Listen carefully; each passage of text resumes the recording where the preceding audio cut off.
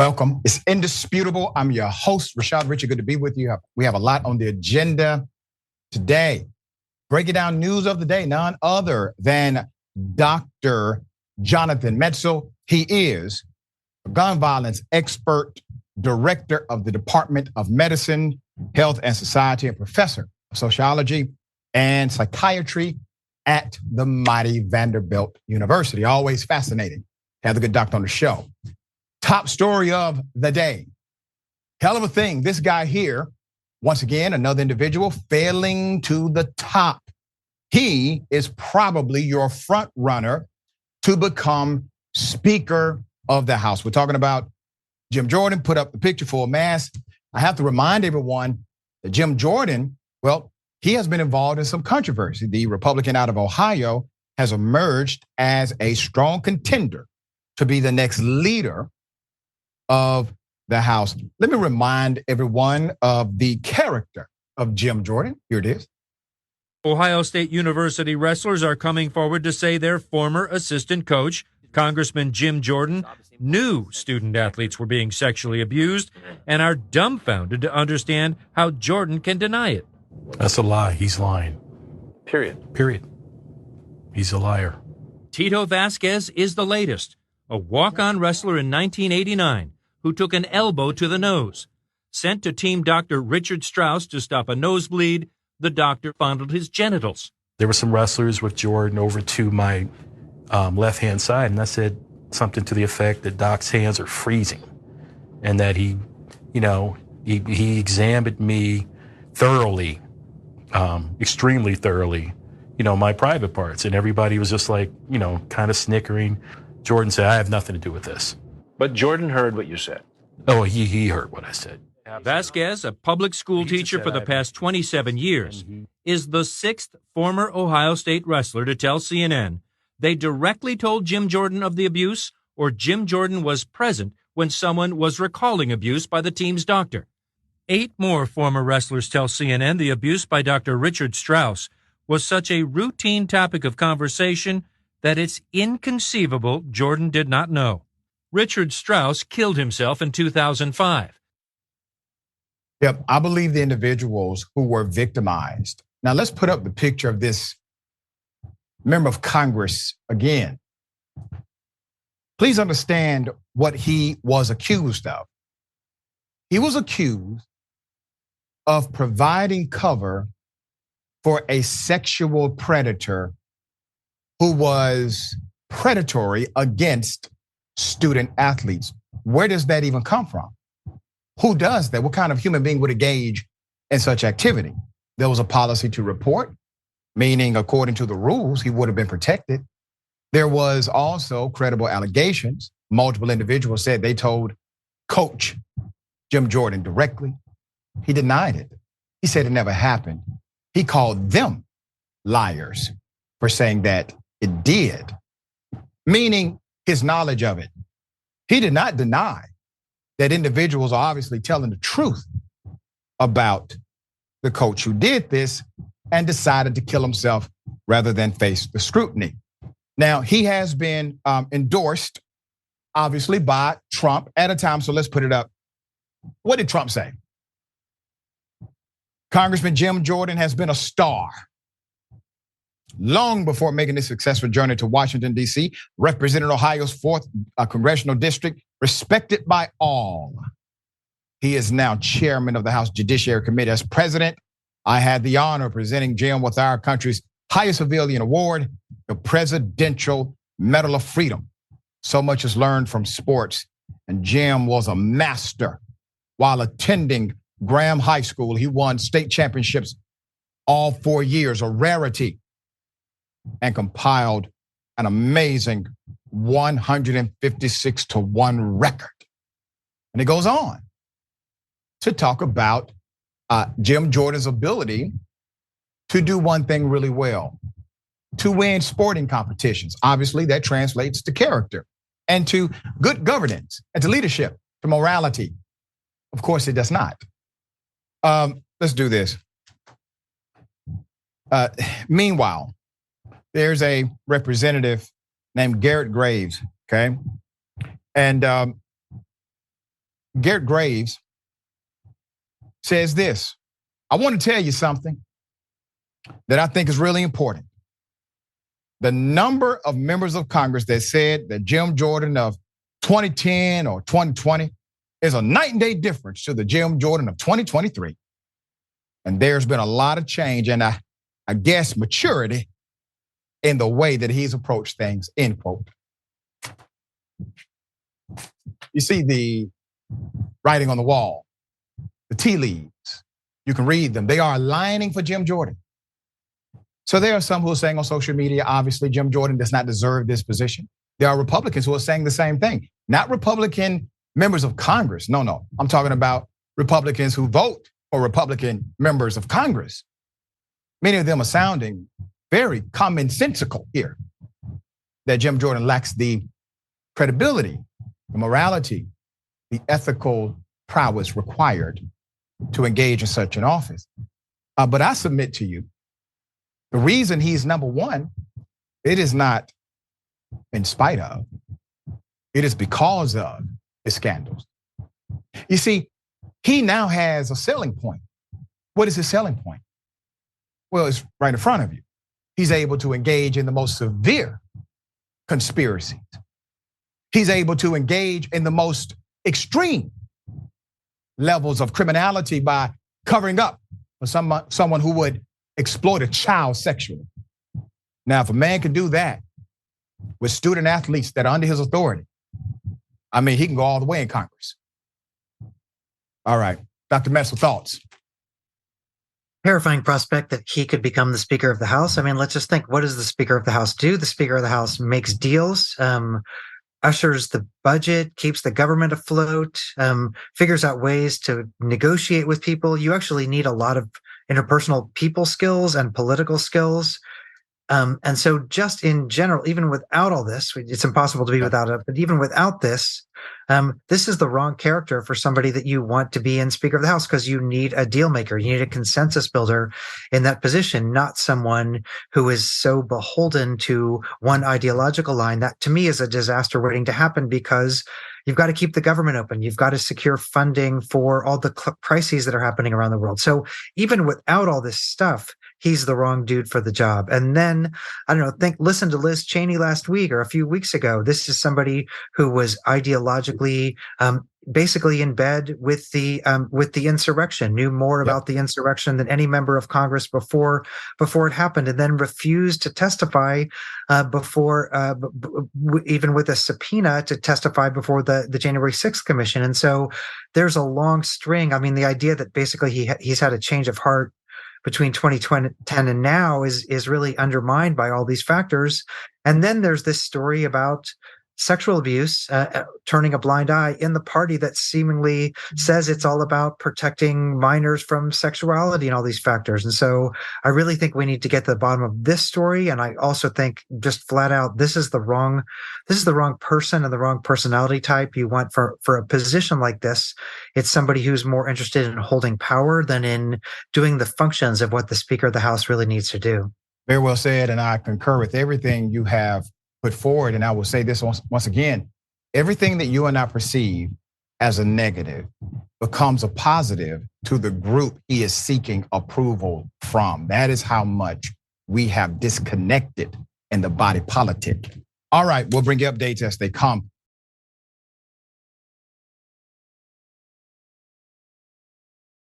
A story that we brought you from day one. An Atlanta police officer killed a deacon of a church. The man went out to grab some food and was involved in a minor traffic issue that led to his death. Let's put his picture up full mass to remind you of Mr. Johnny Holloman. Mr. Holloman's death has been ruled a homicide. If you remember, we had his daughter in an exclusive, in-depth interview on the program. This was right after she was allowed to see the video of her father's death. They have not released this video to the public, even though every single member of Atlanta City Council in a unanimous vote passed a resolution telling the chief of police, release the damn video. Here's a reminder of what she said on Indisputable. Ms. Holman, when you got the information about what happened, what was the narrative presented to you first? So first of all, nobody really came and spoke to me about what happened. My dad actually called me. So when he called me, he called out, he said, baby, baby, but I could hear what was going on because the phone was on speaker, so I could hear my dad and I could also hear the officer. So seeing that video, it just gave me confirmation for what I already knew because I had already heard it. I didn't physically see it, but I heard it. So when I put what I heard to what I saw, yeah, I'm in outrage. And I feel like this officer, he needs to be prosecuted. I feel like he needs to be off the force and terminated. And I feel like the world needs to see what he did to my daddy. To me, it's just clear-cut murder. Clear cut. She says the Attorney Davis, who was with her, civil rights attorney, he agreed with the sentiment. He saw the video as well. The police, they refused to let the public see it, even though city council has passed a unanimous resolution. The city has since changed its policy to let officers write refusal to sign on a ticket instead of arresting someone who does not sign. I'm going to explain that in a minute. The policy requires officers to inform drivers that a signature is not an admission of guilt. It just acknowledges receipt of the ticket and court date. The Atlanta City Council last week called on the city to release the video from the incident. So let me explain what this actually means as far as a policy change. According to the officer who did this, who ended up killing a man in his 60s, a deacon of the church. He did this because, Mr. Holman committed the high crime of refusing to sign his petty ass ticket. Now, this officer, the ego can't take that. He's a man of the law. And he proceeded, according to those who have seen the video, to act in a way that was so extreme that it became about his ego and had nothing to do with justice. And while the officer put in the report that Mr. Holman refused to sign, according to those who have seen the video, Mr. Holman was saying clearly, I will sign the ticket, but I want a supervisor here. I will sign the ticket. There's something else. The policy is if you don't sign the ticket, which says in lieu of bail, if you don't sign the ticket, they're saying, well, your signature is the reason you're not going to jail. So if you don't give us the signature, I have no choice but to just put you in jail. Well, the city of Atlanta has changed that policy. You now have an option where the officer can say, refuse to sign. Look how simple the solution was. He refused to sign. That's it. This is not in lieu of you going to jail. There's more. The Georgia Bureau of Investigation, which is examining the officer's actions, has requested that the Atlanta Police Department not release the video until the state agency investigation is complete. Holmes' death has contributed to discontent with police among some Atlantans that centers on the proposal to build what's called Cop City. The medical examiner, Dr. Melissa Sims Stanley, said that based on a review of the video and a conversation with a GBI investigator, she concluded that Holman was unresponsive after he was stunned, after he was actually shot with a stun gun. He was likely dead then, according to the Atlanta Journal-Constitution in their report. And let me read what Eric Mock of Fox 5 News said. The Atlanta City Council voted unanimously to urge the Atlanta Police Department, the mayor, to release body cam footage showing the arrest and in custody death of Johnny Holman. This came after impassioned demands from his family members to release the video to the public.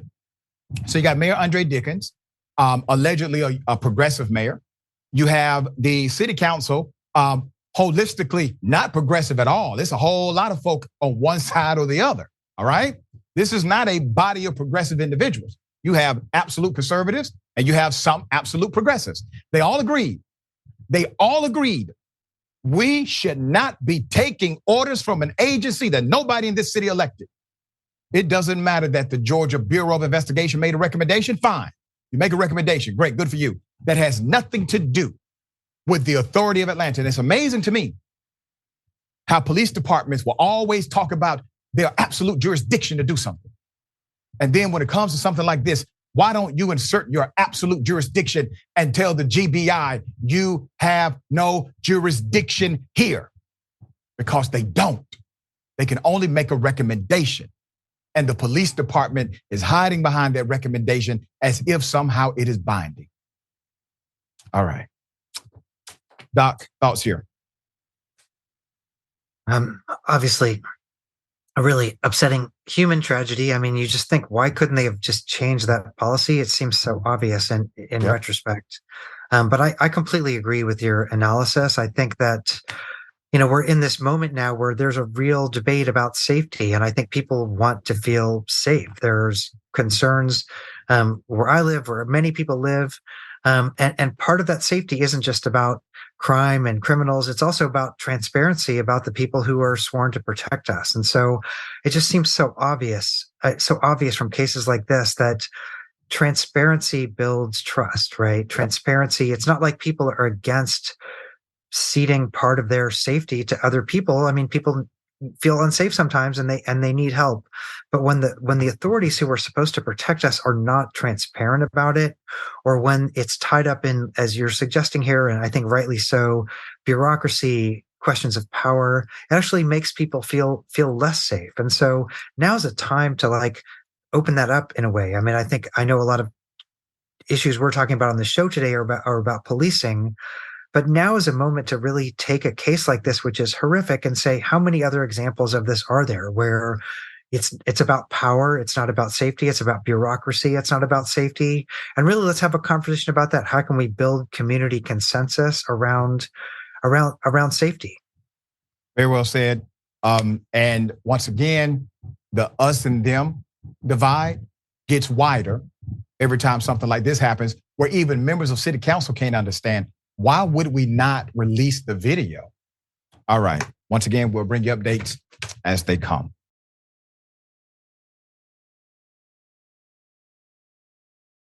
Another APD cop. Well, he's been arrested for, preying on a teenager, put up his picture full mask. This is a hell of a story. It happened over a traffic incident.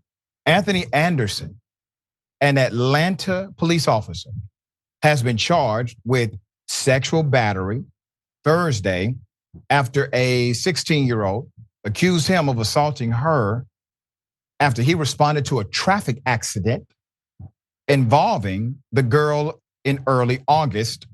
Police said Officer Anthony Anderson was removed from the field on August 11th after the APD learned of the complaint, but the department has refused to provide an update on Anderson's job status post his arrest.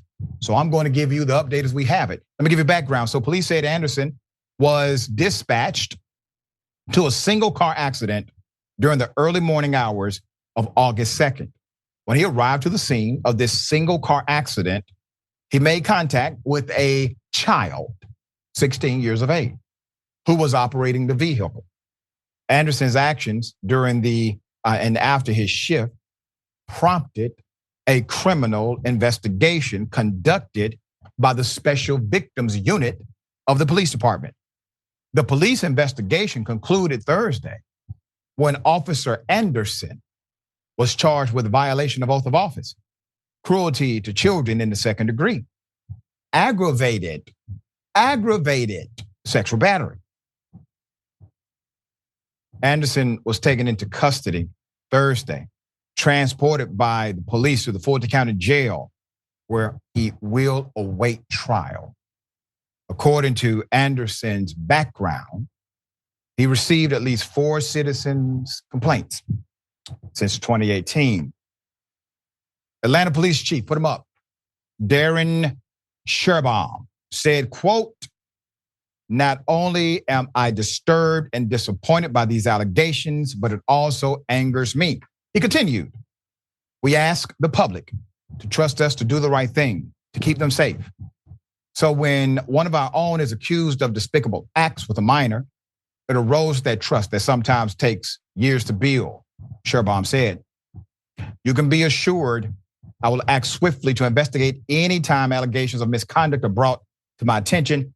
I want to thank the Atlanta Police Department's Criminal Investigation Division for their prompt action in dealing with this matter." Thank you to the SVU detectives for seeing something and doing something, okay? Now, they're not giving us the gruesome details, but you can see the charges and you can imagine what those details are. This is someone who was exposed.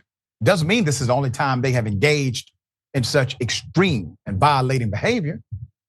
But let's look at the complaints. We still don't have on record, what are these complaints? Were there some complaints dismissed that are housed inside of the city of Atlanta and will not be part of public review? And this is why the George Floyd Policing and Accountability Act was so important to pass. And damn it, they did not pass it, but it would have been front and center. These complaints would have been known to us. And the fact that they would have been known to us, the transparency creates its own watchdog organization. You see the point here. When you have public review of records that are or should be available to the public, it provides its own politics outside of their own. So now instead of only worrying about the politics of blue, they got to worry about the politics of us. And that's the reason we need transparency in policing. All right, Doc, thoughts here? I mean, obviously a different crime, but so similar to the story we just did. And I just could not agree more. It's so frustrating we did not pass that Transparency Act, because again, transparency brings community involvement. It brings safety. It actually creates the kind of community that makes effective policing easier. So the idea that we're protecting some kind of, it just creates like a barrier mentality between police and society. And so I just hope for all of us that moment didn't pass. I know that we have a huge election coming up, but I just think the idea that we want transparency and the people who we've empowered to protect us is such a universal issue. And I just think these cases, they're horrific in and of themselves, but they also highlight just the importance of why we want that transparency. It's better for society. It's better for policing. It's better for safety. And it kind of breaks down, as I think you're rightly saying, this us versus them mentality, which is, we're policing these people who are unruly or something like that. Like that's the framework that gets us in trouble and leads to this kind of outcome in the first place. Very well said. Very well said. All right, we got more on the other side. It's indisputable. Stick and stay.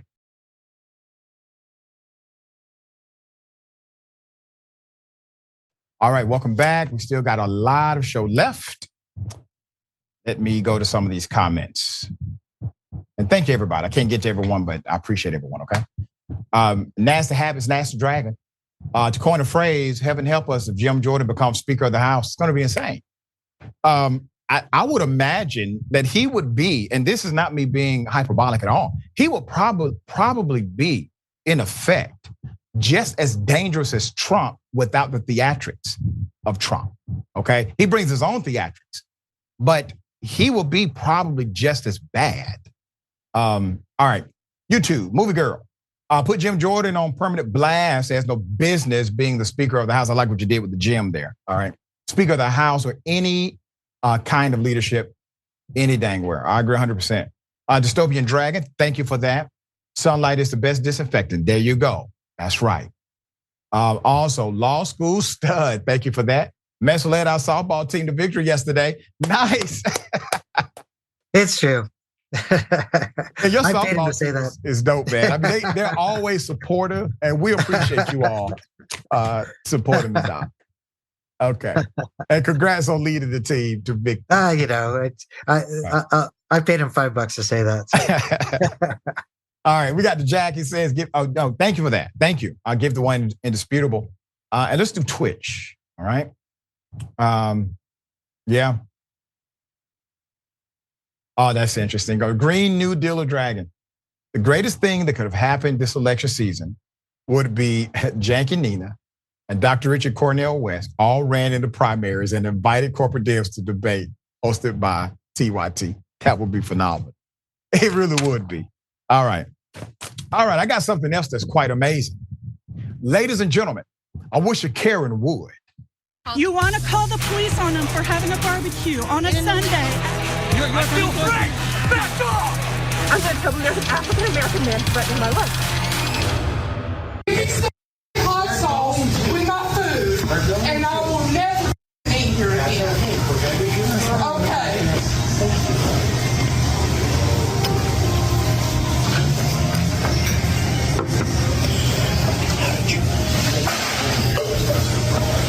I got kids too, and I'm gonna give two about yours.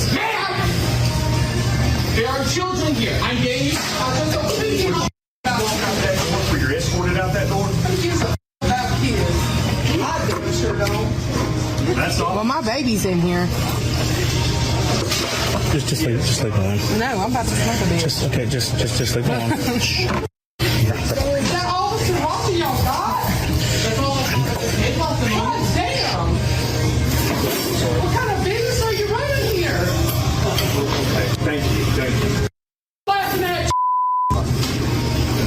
There's no need for racism in this restaurant, ma'am. I am the racist you ever me. And I will force you out that. And I've got Japanese all over me. I've got a Nigerian flag on me. I don't give a.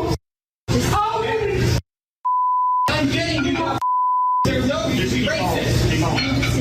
After giving your husband a belief this room, You goddamn right I will. No, I'm never. Thank you. I just wanted some hot sauce. I wanted some hot sauce. she is acting crazy.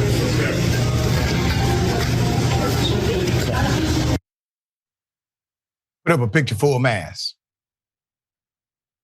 Obviously, this Karen who decided to engage in racism, aggression, profanity in front of minors at that. Told people she didn't give a damn about their children. All because they did not put hot sauce in her order. Now, I don't know about you, but there's a bigger question here. What in the hell are they putting in that hot sauce? I like hot sauce like the next person, okay? But for you, madam, to go through these changes because of hot sauce, it may be something else to investigate here. Now, does the hot sauce or the withdrawal of it make you become racist? All right, Doc, because you are a doctor of the mind, I'm going to, sir, is there something, could it be the hot sauce, sir? Do we need to look, are we looking at the wrong thing here? Well, I mean, let's be honest. There is a sriracha shortage in the world right now Okay. because of global warming. Yeah. And I have a sriracha addiction that I'm trying to recover from. Maybe sriracha was suppressing racism in certain people. And so it's sriracha withdrawal or something like that. But I don't know. Every time I always think like it's a really high bar to get on your show with a kind of Karen video. And this woman met that. She surpassed the bar. She surpassed the bar. Like people who do this kind of thing. So I don't know. I really think it's not a hot sauce issue for her. Right. Now, I will say this. I want you to go, Jordan. I want you to go to the, Jordan's my producer. I want you to go to the screenshot of the officer, okay? Because officer comes in and they're trying to reason with this person who obviously is quite unreasonable. And I have to imagine if this would have been a black male acting in that manner inside of a facility with children and everybody else, and a cop happens to be there, Does the cop say, listen, I'm trying to reason with you. Can you just walk outside with me? Just calm down. Everything's going to be okay. We'll get you your hot sauce. No, I think it would have been a completely different ending than what you saw.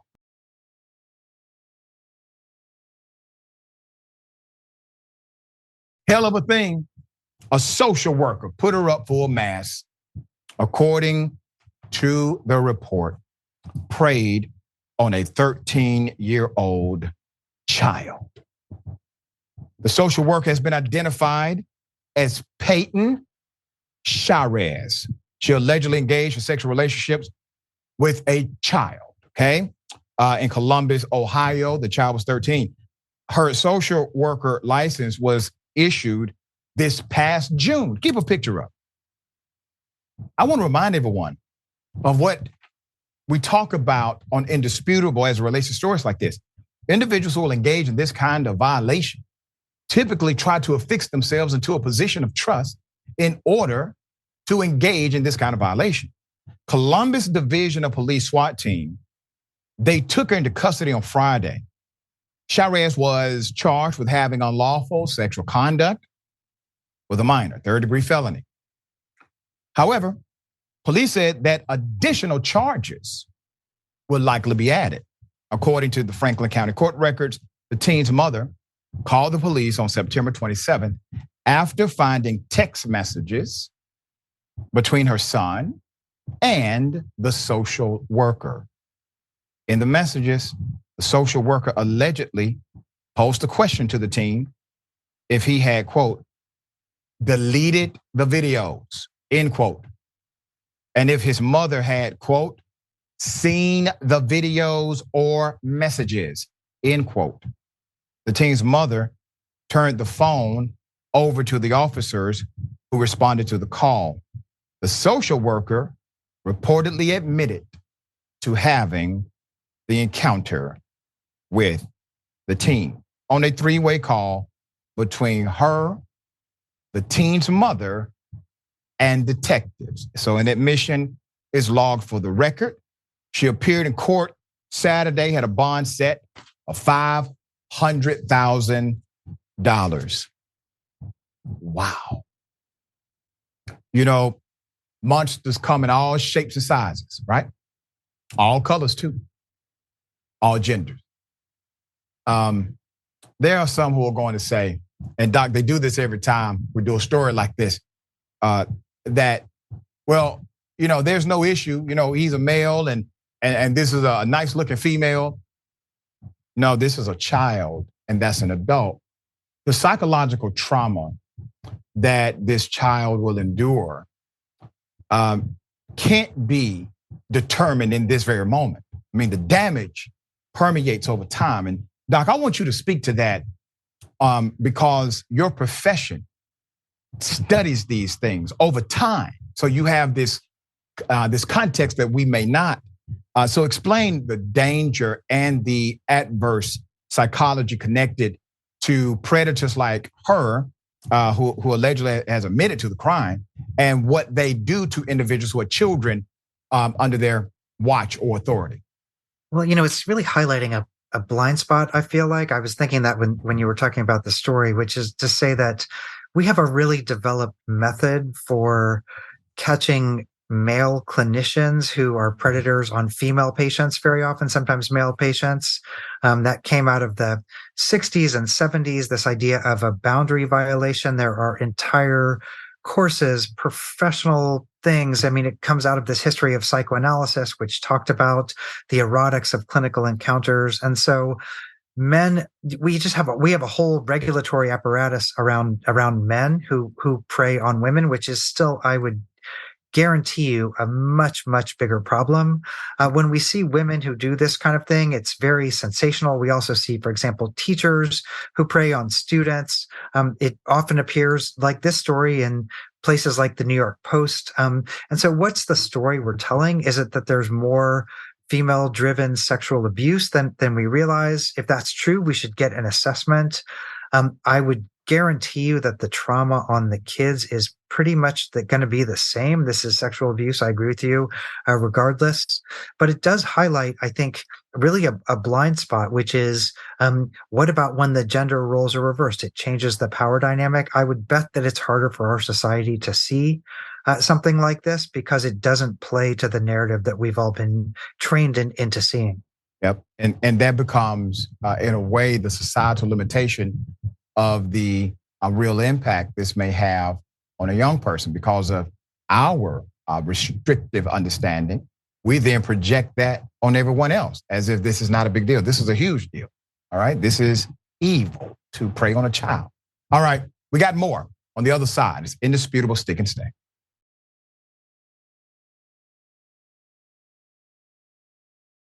All right, welcome back. We got a lot of show left. Let me read some of these comments. Cray Souffle says that Karen sounds like she was hot sauced. I like that. That was funny. Biden flavored corn pop. Exactly, Dr. Rich. You're always nailing it. I think you're talking about the Karen. Okay. Gwendolyn Scott, thank you for that, Gwendolyn. We appreciate you so much. And James Thompson, thank you, James. James gifted one indisputable membership. We appreciate you. Okay, and Jackal Dragon 1991. Doc, she talking about she wants some hot sauce. She going to end up getting some special sauce in the food that probably already happened. I have a feeling inside of my heart that may have preceded the rest of everything that took place. Also, is this Ryu Raw? How does wanting hot sauce lead to that kind of behavior? Never had an issue asking for any sauce when either I or the staff forgot it. Yeah, that's right. All right. And late_Bloomer66 gifted one indisputable. Thank you so much for that. And Chris Shuggy, what? They've given 208 gift subs in the channel. Wow. Thank you as well. It all works together. We appreciate everyone who's part of the platform, okay? All right, hell of a thing. I've actually frequented at this place. The Buc-ee's national chain convenience store, the son of the owner, okay? According to the authorities, he was putting cameras, secret spy cameras in the bathroom, put up his picture full mask.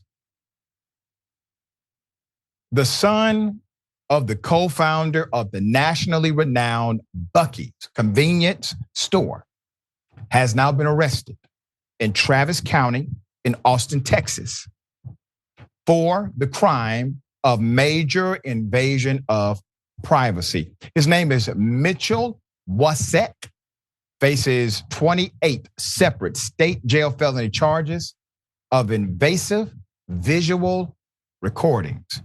According to the Travis County jail records, Mitchell, 28 years of age, was released 1 hour after being arrested on a $10,000 bond per charge for a total of $280,000. And the condition, he not contact the complainants. The Travis County Sheriff's Office received a telephone complaint in May alleging improper photography had occurred at a home on the banks of Lake Travis, okay? The multi-million-dollar property is home of Donald E. Wasek, Mitchell's father and co-founder of Buc-ee's, okay? A woman reported she and a few of her friends, well, they were visiting the lake house with Mitchell when one friend who works cybersecurity for the Department of Defense noticed a charging port with a hidden camera plugged into the wall of their bathroom. The group of friends left with the camera and on its microcard found dozens of videos of themselves and other people in bathrooms and bedrooms at the lake house, as well as the Dallas apartment. According to the arrest affidavit, they were unaware that the recordings existed in the bedroom and bathroom and indicated they did not consent to being recorded or photographed.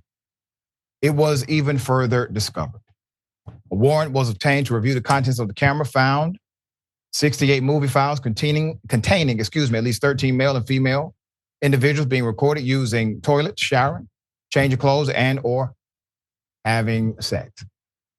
The videos were found to have been recorded in multiple different locations dating back to 2021, which included a downtown Austin condo and a vacation home in Colorado, both owned by who? The parents. Okay, Mitchell don't own nothing. Amazon Records also linked purchases of spy cameras to Mitchell account. If convicted, a state jail felony carries a sentence not more than 2 years or less than 180 days confinement. Now, isn't that something? So now I got to put it out here. Were the parents arrested? Not according to the report. They own the property. He was out in less than an hour. That means somebody knew he was going in and they arranged it to make sure he can get out quickly, okay? The other places that these cameras were found. Does Mitchell own those properties? No. His parents own those properties. Are they checking all the stores? Because his parents own those too. And he had access to those stores. So if this is about access and nothing else, well, why don't you check everywhere that he had access to that his family owns? All right. This is a hell of a thing. Doc, and all of the things that could happen, Department of Defense up in your house as a guest is able to see this is a camera and I did not consent to being recorded and this is a problem. Thoughts? You know, you put a legal frame around it, which I think is important to think about, right? Who owns the property? Where was all this stuff happening? But I also want to, this is another kind of psychoanalytic case, right? That this is a fetish, right? This is somebody who has a fetish of voyeurism or scopophilia or other kinds of things. There's a lot of literature about this. And so I don't know about the legal culpability. Honestly, the parents are, the guy's 28 years old and who knows what the camera, but did they know their kid had this particular fetish, right? I think that'll be the issue is what's the psychological and psychiatric history? Because we see this as almost a classic case from psychoanalysis. Who gets off watching people in intimate moments, who gets off watching people go to the bathroom. It ties to some of the most classic kind of tropes of psychoanalysis about castration anxiety and fear of losing your mother and all these kind of things. So there's a lot of literature about this particular fetish. And the question will be, did the parents know the kid had the fetish? What was the relationship? Has he been in therapy before? And then the other part, as you're saying, is like, I don't know, I wasn't going to the bathroom in Buc-ee's anyway, but I think people who are using public restrooms are going to have more to think about now, in addition to the questions of a kind of cleanliness and things like that. Yep. But because when I first saw the story, I also thought, just like you, where else were these cameras? That's right. It's a hell of a thing. And I want to say this because I know people will say, well, it was in properties that were owned by his family. So what's the issue? Well, the issue is, in that state, you have what's called reasonable expectation of privacy in certain areas. And so if you violate those areas, it doesn't matter if you own them or not. If the person had a reasonable expectation of privacy, you have violated them. That's the way the statute works, all right?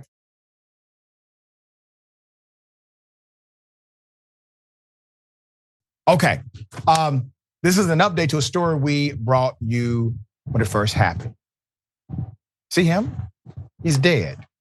He's dead because authorities said he was trying to kill one of them. But none of the evidence has provided any basis for that proclamation. Let's put it up full mass. We know now that the fatal shooting of Manuel Tehran will not be prosecuted, at least not by this current regime in the state of Georgia. No charges will be brought against the Georgia state trooper who shot the activist.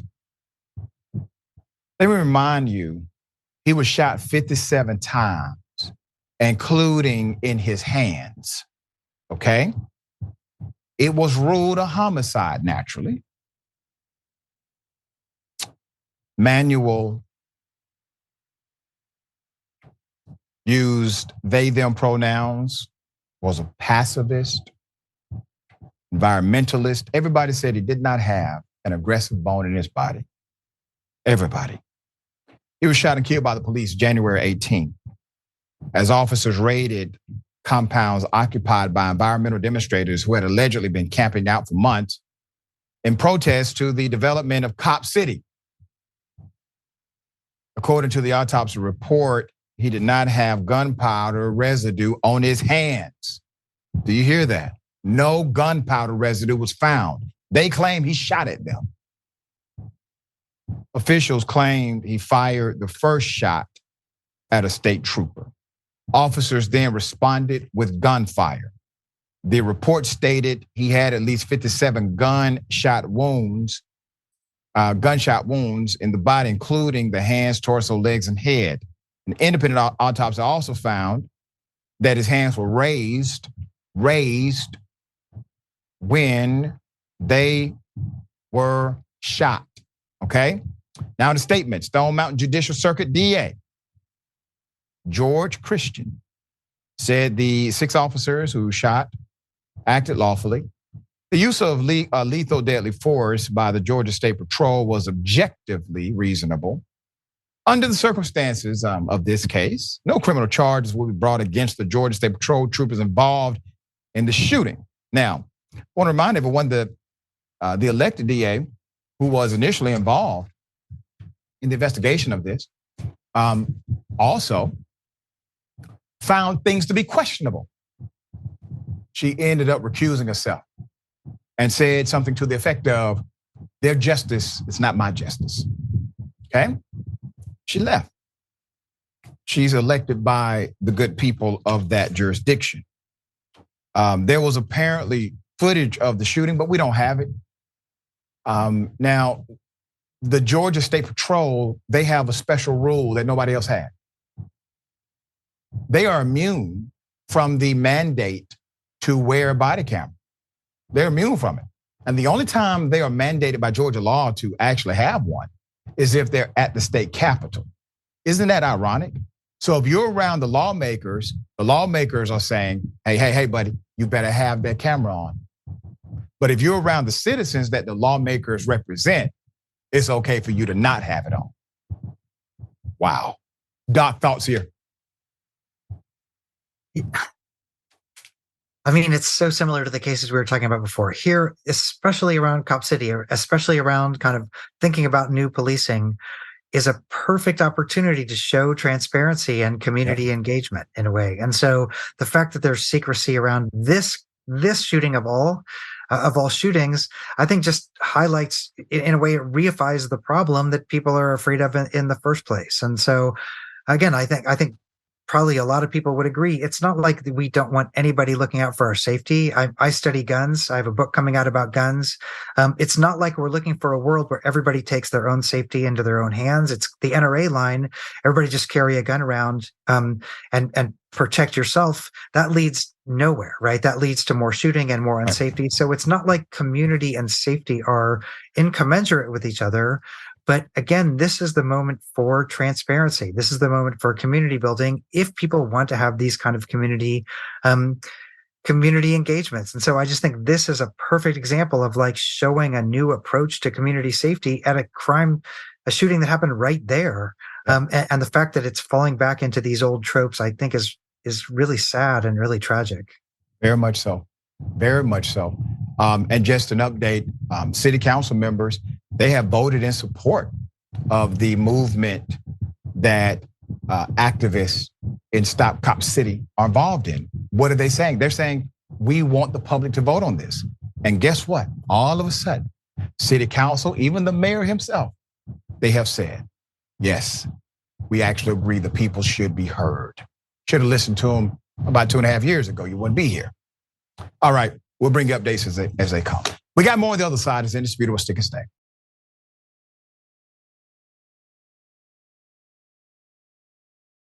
All right, welcome back. A lot of show left. Let me read a couple of comments.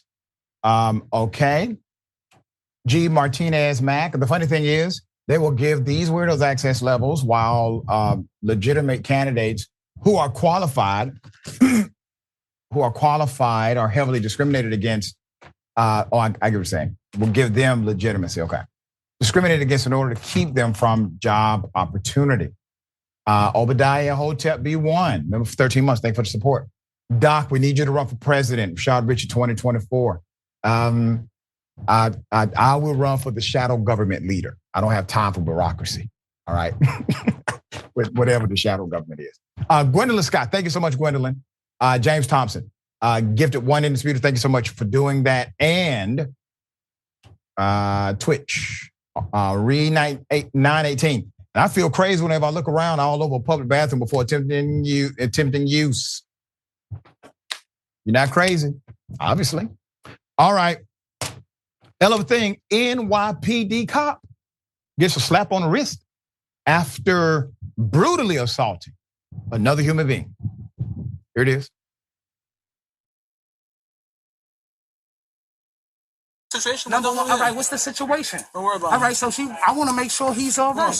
No, stop touching me. Stop doing that. Don't touch me no more. Don't put your hands on me. All right, you touching me. And I asked you to put a mask on. That's number one. Don't get in his face. Yeah, all right. You said get in his face. I'm trying to make sure her son is all right. I can't see what's going on. Stop touching me. Do that again. All right, so stop touching me. Back up. Back up.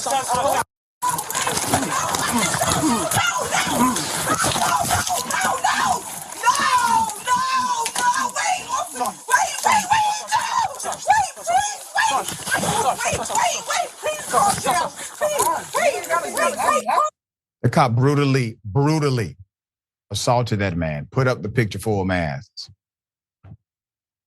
New York police officers only receiving a very light discipline after he decided to engage in criminal activity. Christian Zapata pleaded not guilty to assault in the third degree after he was indicted on the misdemeanor charge by a grand jury. The incident took place on December 7th of last year when police were called to provide aid to a struggling special needs teenager who was in crisis at a Harlem apartment. When the cop arrived at the apartment, the longtime boyfriend of the child's mother, Jerome Collins, requested that the officer put on a face mask, but the officer refused to do so. Department policy at the time noted that officers were mandated to wear masks, even when working indoors. Officer Zapata told Collins he was interfering with their investigation and threatened to arrest him. Another officer who was with Zapata then restrained and began escorting Collins out of the apartment and down the hallway. Collins swats the officer's hand away, but still compliant. So Zapata then strikes Collins about 13 times in 9 seconds, all right? So you see the video captured there. Collins spent 24 hours in detention and was charged with resisting arrest and obstruction of justice, straight BS. Charges were later completely dismissed. Collins is now suing the city. In a statement from Manhattan DA Alvin Bragg, he says, and I quote, Christian Zapata is charged with repeatedly punching a victim who posed no immediate danger or physical threat. He will continue to impartially investigate instances where members of law enforcement use unnecessary force because doing so is essential for enhancing public safety and confidence in the criminal justice system. So Zapata was placed on leave without pay, demoted last month. In a letter contesting his suspension, the officer said, and I quote, my actions in this incident should speak loud and clear that I perceived a hostile threat after the defendant aggressively put his hands on a police officer. I perceived the defendant fighting with my fellow officer. I responded accordingly. I would never stand by and watch a fellow officer get hurt, and I stand on that principle. End quote. Zapata pleaded not guilty to the assault charge and is out of jail pending trial. He's due back in court in January 18th. In a statement after the incident, Collins' attorney said the recourse has been disappointing. If the DA's office really wants to make an impact and change the culture of misconduct in NYPD, they should have charged Zapata and the other officers with multiple felonies that were committed as seen on the body camera. And that is the part right there. Not only do you have multiple felonies being committed, They are aggravated. You have a violation of oath of office because there were lies on everybody's police report, okay? And remember what I told you when the fix is in? What did I tell you? If they don't charge the cop with violation of oath, the fix is in. Because violation of oath is a felony statute. And violation of oath disqualifies you from ever being a cop again. So when you don't see the violation of oath, there's a fix in here somewhere, all right? We'll continue to bring you the updates as they come. Doc, thoughts here?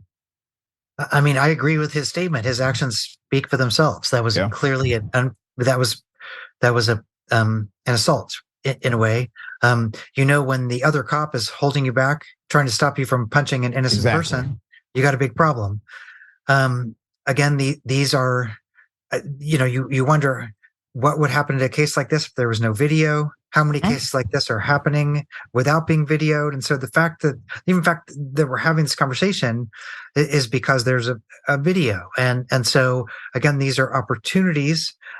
These horrible cases are opportunities for police to say, the power you've given us as society is a sacred trust, right? You've given us the trust of protecting you, of having certain rights that other people don't have. And when we see stuff like this, it's an opportunity to then say, here's bad policing, and we're going to show you transparency and good policing. And so, there you go. Did that happen in this case? No. And really, that's why we keep having stories like this, that in a way, people are not against entrusting other authorities with their safety. But when the story keeps coming back to cover up and not to let's use these bad cases to define what real safe, good policing that we all want is, then it just creates the kind of binaries of us versus them that we've been talking about the whole show today. That's right. Well said. And I want to give a shout out to what I believe to be a good police department. So I was invited to San Jose, California a few days ago to be the keynote speaker for the NAACP Gala. And the police chief, along with many of his officers, attended. They were not only nice and respectful.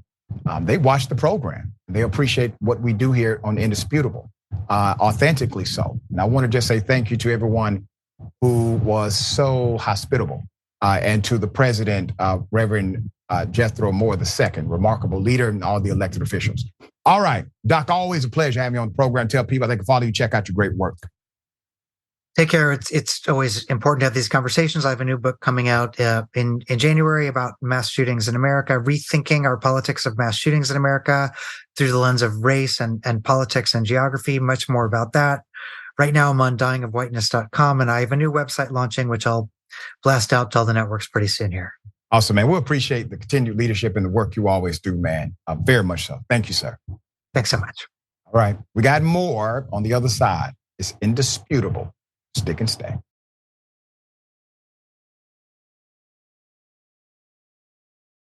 Welcome back. All right, let's get it. Ladies and gentlemen, welcome to the bullpen.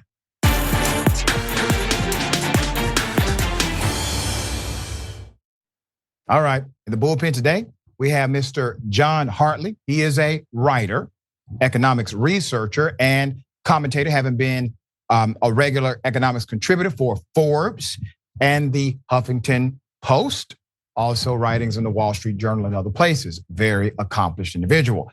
Mr. Hartley, good to have you on the show. How are you? Thanks so much for having me. Absolutely. Okay, we're going to talk about what's happening right now in Congress. Naturally, they have decided to get rid of McCarthy. You have a void of leadership as far as House leadership is concerned.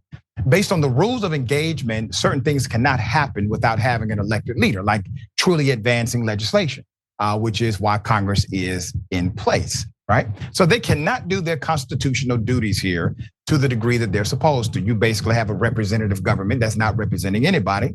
And we are looking at another government shutdown, which would mean economic disaster.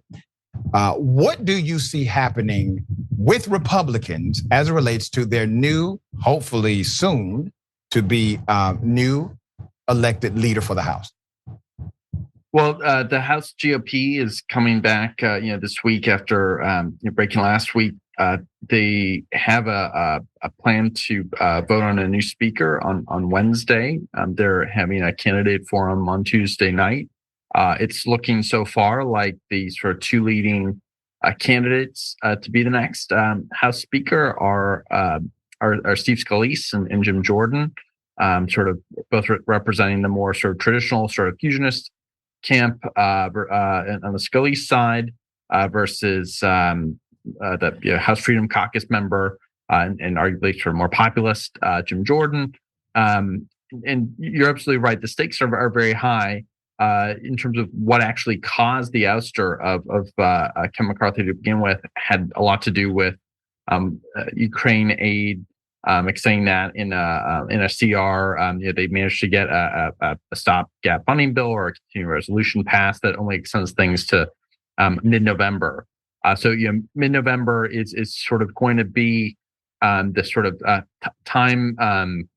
Really, I think a time for choosing whether or not to sort of allow a government shutdown to happen, or to sort of get together and figure out on what exactly are going to be the steps forward. And the stakes are a lot higher now, given the new sort of conflict and new war between Israel and Gaza. It's really important. Thinking about now, what's the significant issue is, are you going to continue to be able to pay reservists who may be involved or sort of proximate to the Israeli-Gaza conflict? The U.S. has said they're going to move a carrier strike group to the region. But of course, the aid for Ukraine is a really huge issue.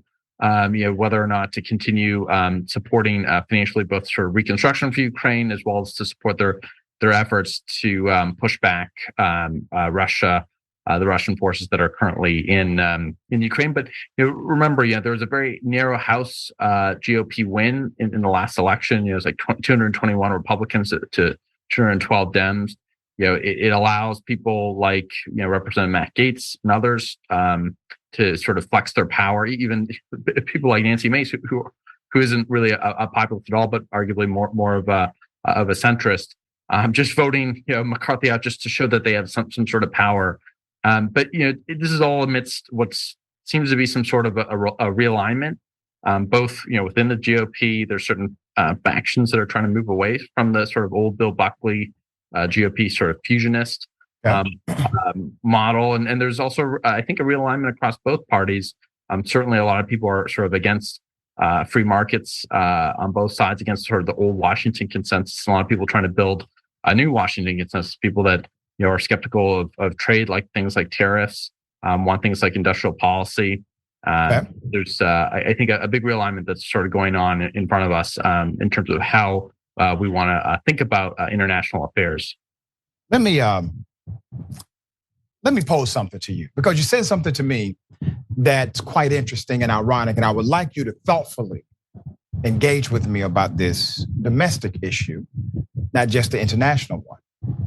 You said that basically things are even more dire because of the conflict that is happening with Israel and Hamas. And I can be sensitive to that. I can respect the reality of international conflict and how it adversely impacts domestic relations here in America and our interest overseas. But Mr. Hartley, from 1982 to 2022, you have a composite of 19.23 million individuals who work for the federal government.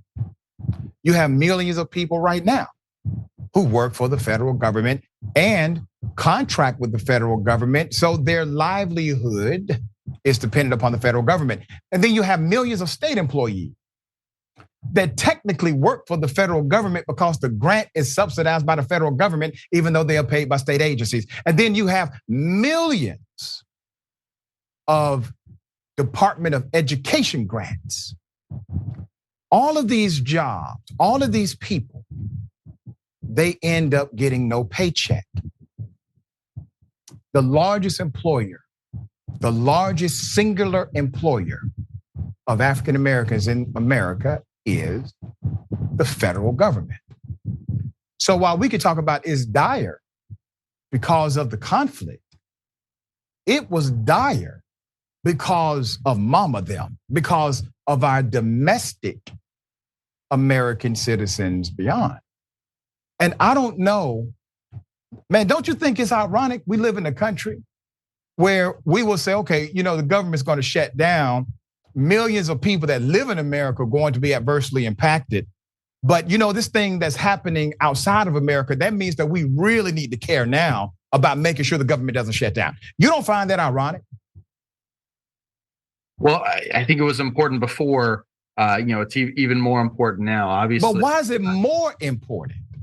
Isn't it more important to make sure that the government doesn't stop working for the people that make the government work? Who does the money come from? Whatever aid they want to use, we can debate about if the aid should go anywhere. But whatever aid they use, dear brother, that aid doesn't come from them. They don't make a damn thing. That aid comes from us. So they're willing to shut us down, but only willing to say, we're going to make something happen. Now we're going to actually provide leadership now if we got to deal with something outside of America. That attitude, I'm not talking about the principle. I'm talking about the personality behind it. That kind of politic is the reason why people are so adverse to Congress and members of the political class in general. It's as if we are still on the back burner and we're the people that fund the whole operation. I don't think we disagree. I think it's obviously, I don't think anyone, or at least I'm certainly not in favor of any kind of shutdown. And I think most Republicans also aren't in favor of a shutdown. And again, what I mentioned earlier, it only takes, it's 6 or 7 or 8 votes. Right. On the GOP side. But what about Matt Gaetz? Let me ask you about Matt Gaetz specifically, because he seemed as if he was much more okay with the government shutdown. So much so that Mitch McConnell had to basically oppose what the individual said, what Matt Gaetz said publicly. So why do you think people like Matt Gaetz, why are they leading this charge that seems antithetical to the progress of what we all would consider to be a good thing, people being able to work and get their paycheck? Sure. Well, I think it's a pretty clear case of, political opportunism. It's people putting sort of themselves in their own political career over sort of the broader interests of the people or the movement, the movements that you sort of subscribe to. But how did the CR get passed? Ken McCarthy got enough votes from Democrats to get stopgap funding passed. It's certainly possible that the next speaker could do something similar to that. It does cause it is a bit of an issue if again, these if there's continued issues with being able to actually elect a speaker. But I do think that this is more theatrics than sort of anything that's particularly serious. But it's worth mentioning. Congress has a lot of issues that go, I think, well beyond just these sorts of shutdowns. And usually, when these shutdowns end, furloughed employees get all their back pay and so forth. Oh, come on, dear brother. Wait a minute, man. It isn't something that anybody wants. But again, the problem is that Congress doesn't do its job, broadly speaking. And doesn't. And I agree with you on a number of issues, and I agree with you. It relies on the administrative state to do a number of things that the Congress should be doing. So I don't think we disagree. Government shutdowns are bad, and they should get their act together. So on that we concur. I don't want to dissuade from the impact of it by saying those people end up getting their money back or they get their back pay. Well, many of them are still mandated to actually do some work. They're mandated to work in many offices without receiving money. And then you have what's called essential workers who will probably still get paid out of that provisional fund. But the bottom line is, if you miss a paycheck for a month, hell, some people cannot miss a paycheck for 1 week without having significant adverse results happen in their personal life. So I want to be sensitive to that. And we're out of time, but I wanted to pose this to you before you go. Naturally, this could have major economic or adverse economic effect. How do you think that translates? If that happens, if we're not able to get our stuff together, if Congress cannot do so in this country, remember it took 15 rounds of voting before McCarthy got it. If something like that happens, we'll go back into a shutdown and has real consequence in America. Do you think that helps or hurts the Republicans who are trying to gain power again in the executive branch? I think it hurts. And I think if you look at past shutdowns in general, I think it generally hurts broad Republican electoral prospects in general. Again, I think these are cases of a few individual congressmen that are political opportunists trying to put their own individual political career interests above that of the party, broadly speaking. I think all the 221 most of the 221 Republicans who are in the House trying to get reelected next year don't want to have to answer to their constituents for why there was some sort of a government shutdown, even if they were opposed to it, and many and most are. So again, I think politically it's very bad for Republicans who are trying to get reelected next year. For sure. There you go. All right, before you go, should they remove Matt Gaetz or not? Well, I don't know if they have the power to. I mean, it's. I think in general, but they have the authority. You mean they don't have the votes? That's what you mean? Well, I think in general, I think removing somebody from Congress. I think at least in terms of what the procedure generally is usually under circumstances of fraud, criminality. They say he snorts cocaine and likes to have sex with underage children. So that would be, he's under investigation for that by an ethics committee. Right, but that's up to the Department of Justice and the courts, and they have to make. Oh no, the ethics committee can make a determination of that. It's been done before. They can do so without the DOJ. Sure, but they need evidence, and you have to have committee hearings and so forth. So and all that takes a long period of time, and that can't. I don't think you have enough time between now and. Well, generally speaking, if it comes out that there's evidence here, there's some there, do you think that Matt Gaetz should be removed? Well, no, you need to have evidence of these of criminality. Right, that's what I'm saying. If there's evidence that he did those things presented during committee hearings, do you think at that point they do need to move to have him removed? Absolutely, I think there should be I think there should be ethics investigations of any case of criminality on the part of members of Congress. Look what's going on with Senator Bob Menendez. A lot of Democrats have rightfully, I think, asked for him to resign. And I think anytime any member. But should Matt Gaetz be removed? If there's evidence of criminality, of course. But again, you have to make the case. And you need evidence. It can't just be hearsay or rumors and so forth. So I think that's important. And I think it's more than rumors, sir. Well, the Department of Justice hasn't indicted him. So that was unfortunate. What's going on there? Yeah, I don't either. That was unfortunate. But let's see if these text messages come back up before that committee. All right, and I'll bring you back on to talk about it then. Okay, but it's always a pleasure, man. Thank you for coming back to the show. Thanks for having me. Absolutely. All right. Remember, take care of yourself, take care of each other, take care of the planet. Remember, the truth is always indisputable. Indisputable is still the fastest growing news show in America compared to CNN, Fox News, and 30 other networks. We tell the truth on Indisputable because the truth is indisputable.